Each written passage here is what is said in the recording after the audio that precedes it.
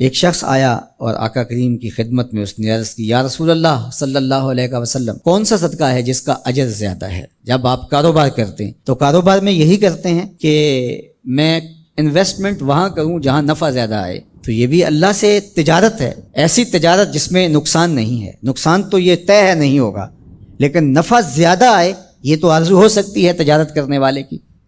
تو اس نے حضور کی خدمت میں آ کے سوال کیا، فرمایا کہ بہترین صدقہ وہ ہے اجر کے اعتبار سے، فضل و شرف کے اعتبار سے، اس حالت کے اندر کہ جب تو تندرست ہو، صحیح ہو، اور تجھے مال کی ضرورت اور حاجت اور لالچ بھی ہو، اور تجھے یہ دھڑکا بھی ہو کہ اگر میں نے خرچ کر دیا تو میرا کیا بنے گا، خرچ کر دیا تو میں کہیں فقیر نہ ہو جاؤں، حالات ایسے چل رہے ہوں، کساد بازاری کا دور ہو، اور تجھے یہ ڈر ہے کہ اگر میں خرچ کیا تو میں خود بھی تو فقیر ہو سکتا ہوں، اور تجھے اس پیسے سے جو تو خرچ کر رہا ہے نفع بخش کوئی کاروبار بھی مل سکتا ہے، اس سے تیرے رزق میں اور تیرے کاروبار میں اضافہ بھی ہو سکتا ہے، لیکن اس کے باوجود تو کرے، تو فرمایا یہ افضل صدقہ ہے۔ وَلَا تُمْهِلُ حَتَّى إِذَا بَلَغَتِ الْحُلْقُومَ قُلْتَ لِفُلَانٍ كَذَا وَلِفُلَانٍ كَذَا وَقَدْ كَانَ لِفُلَانٍ، نہ یہ کہ جب تیری سانس اکھڑ رہی ہو اور آخری ہچکیاں آ رہی ہوں اور سانس حلق کے قریب پہنچ گئی ہو، اور پھر تو کہے یہ میرا مال فلاں کو دے دینا، اتنا فلاں کو دے دینا، اتنا فلاں کو دے دینا۔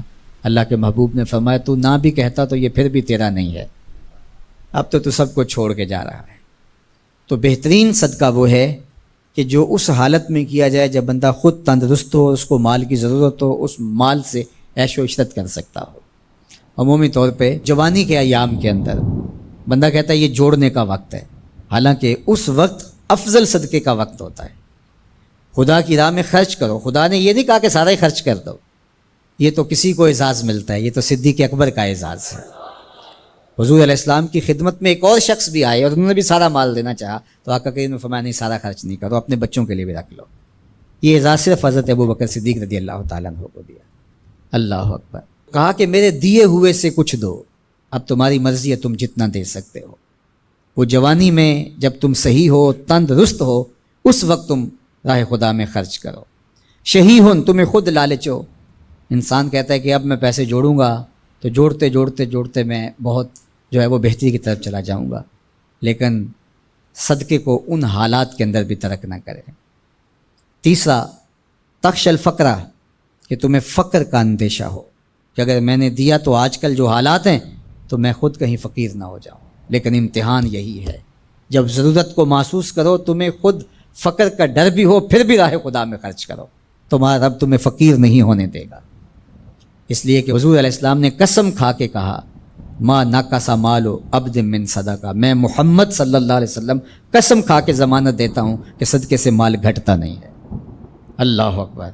اور پھر وتامل الغنا، اور تم یہ سوچتے ہو کہ یہ پیسے ہم لگائیں گے کاروبار میں، فلاں جگہ پہ انویسٹ کریں گے تو بہت سارا نفع آ جائے گا، بندہ باز کا یہ سوچتا ہے اس نفع سے پھر دے دوں گا۔ اور میں نے دیکھا ہے کئی لوگ ساری زندگی ایسے کاٹ دیتے ہیں کہ اتنے ہوں گے تو دوں گا، نہ اتنے ہوتے ہیں نہ وہ دیتا ہے، کیونکہ یہ لالچ ختم ہی نہیں ہوتا۔ بڑے سے بڑا مفکر، بڑے سے بڑا اچھا ادیب، عالی نسب شاعر جب بھی لکھتا ہے تو کتاب کے ابتدائیے میں مجبور ہوتا ہے لکھنے پر کہ میری کتاب کو امعان نگاہ سے پڑھیے، اگر کوئی غلطی، کوئی کوتاہی، کوئی سکم پائیں تو براہ کرم مجھے آگاہ کریں تاکہ آئندہ ایڈیشن میں اس کی اصلاح کر دی جائے۔ لیکن قرآن کھولو تو پہلا جملہ یہی ملتا ہے، یہ کتاب میں شک نکال کے تو دکھاؤ، اس کتاب میں کوئی عیب نکال کے تو دکھاؤ، یہ عیب سے بھی پاک ہے، یہ ریب سے بھی پاک ہے، اس میں کوئی شک نہیں، اس میں کوئی شبہ نہیں۔ ذالک الکتاب لا ریب فیہ۔ اللہ اکبر۔ ذالک کا اشارہ بعید کے لیے ہے لیکن عظمت کے لیے یہاں بیان فرمایا گیا۔ اس کا یہ معنی بھی ہو سکتا ہے کہ یہ وہ بابرکت کتاب ہے جو آسمانوں سے آئی ہے۔ اللہ اکبر۔ یہ وہ کلام الہی ہے جس میں کوئی شک نہیں ہے۔ ھدی للمتقین، یہ کتاب متقیوں کے لیے ہدایت ہے۔ اللہ اکبر۔ اس کتاب کو ھدی للناس بھی کہا گیا، تمام لوگوں کے لیے ہدایت، اور ہدایت کے مفہوم کو آپ اچھی طرح سمجھتے ہیں، رہنمائی کرنے والی، راستہ دکھلانے والی، منزل تک پہنچانے والی، اندر کی بیماریوں کو دور کرنے والی، باطنی امراض کے لیے شفا۔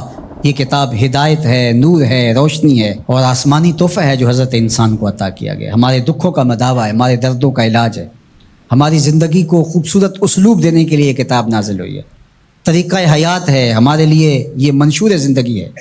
اس کتاب کے ساتھ ہمارا جڑنا ہمارے لیے اللہ کی قربت کا سبب اور ذریعہ بن سکتا ہے۔ تو کہا ہدی للمتقین، یہ ہدایت ہے کن کے لیے؟ للمتقین، متقیوں کے لیے، اللہ سے ڈرنے والوں کے لیے۔ متقی وہ ہے جو وہاں پایا جائے جہاں اللہ اسے دیکھنا چاہتا ہے، اور وہاں نہ پایا جائے جہاں اللہ اسے نہیں دیکھنا چاہتا۔ علماء نے تقوی کے درجے بیان فرمائے۔ شرک سے بچنا ایک صورت ہے تقوی کی، کبیرہ گناہوں سے بچنا یہ بھی تقوی ہے۔ مختلف لوگوں کے مختلف درجے ہیں، صغیرہ گناہوں سے بچنا یہ بھی تقوی ہے۔ جتنا منصب بڑا ہوگا اتنا تقوی کا معیار بھی اس کو اتنا بڑا رکھنا پڑے گا۔ امام اعظم علیہ رحمہ، آپ کسی سے قرض لینا تھا تو دروازے کو دستک دے کے آ کے گلی میں دھوپ میں کھڑے ہو گئے، تو کسی نے کہا حضرت دیوار کا سایہ پڑ رہا ہے تو آپ یہیں کھڑے ہو جائیں۔ کہا مکروہ سے نفع حاصل کرنا یہی سود ہوتا ہے، تو میں اس ڈر سے سائے میں نہیں کھڑا ہو رہا کہ یہ کہیں مبادہ سود نہ بن جائے۔ تو مختلف لوگوں کا مختلف تقوی ہوتا ہے۔ اللہ اکبر۔ تو شرک سے بچنا عام لوگوں کا تقوی یہ ہے، کبیرہ گناہوں سے بچنا تقوی کی یہ صورت ہے، صغائر سے بچنا یہ بھی ایک صورت ہے، لیکن ہر وہ شے جو خدا سے غافل کر سکتی ہو اس سے بھی بچنا یہ اللہ والوں کا تقوی ہے۔ تو اتقاء کا نور جو رکھنے والے ہیں قرآن، اس کے لیے ہدایت ہے۔ یہاں ایک سوال کھڑا ہوا، وہ یہ کہ قرآن نے ایک دوسرے مقام پہ فرمایا ہدی للناس، یہ قرآن ہدایت ہے لوگوں کے لیے، اور یہاں فرمایا متقیوں کے لیے ہدایت ہے۔ تو جو قرآن متقیوں کے لیے ہدایت ہے تو پھر لوگوں کے لیے جو ہدایت کہا گیا اس میں کیا فرق ہوا؟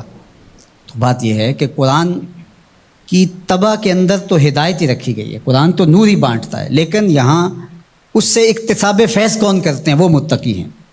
قرآن ہے ہدایت، سراپا ہدایت، لیکن جو کفار ہیں، مشرکین ہیں، وہ اس ہدایت کے سرچشمے سے کچھ حاصل نہیں کر پاتے، اس سرچشمے کے پاس بیٹھ کر کے بھی اندھیرے میں رہتے ہیں۔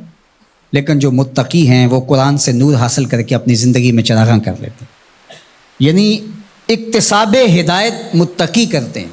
لیکن قرآن مجید جو ہے وہ سراپا ہدایت ہے، وہ سب کے لیے۔ اگر کافر بھی ہدایت لینا چاہے تو قرآن اس کو بھی دے گا، لیکن اگر وہ نہیں لینا چاہتا بلکہ اس کی ضد بڑھتی ہے، اس کے اندر جو ہے وہ حسد بڑھ جاتا ہے، اس کی دشمنی بڑھ جاتی ہے۔ قرآن مجید میں اللہ تعالیٰ نے دوسرے مقام پر ارشاد فرمایا وَنُنَزِّلُ مِنَ الْقُرْآنِ مَا هُوَ شِفَاءٌ وَرَحْمَةٌ لِّلْمُؤْمِنِينَ وَلَا يَزِيدُ الظَّالِمِينَ إِلَّا خَسَارًا۔ یہ شفا ہے، رحمت ہے مومنین کے لیے، لیکن جو ظالم ہے ان کا نقصان زیادہ ہوتا ہے، وہ خسارہ زیادہ حاصل کرتے ہیں۔ یُضِلُّ بِهِ كَثِيرًا وَيَهْدِي بِهِ كَثِيرًا۔ اسی قرآن سے کچھ ہدایت لیتے ہیں اور اسی قرآن سے کچھ گمراہ ہو جاتے ہیں۔ تو قرآن کا قصور تھوڑا ہے۔ بارہ کے در لطافت تبش خلاف نیز، در باغ لالا رویت و در شورا بوم خاص۔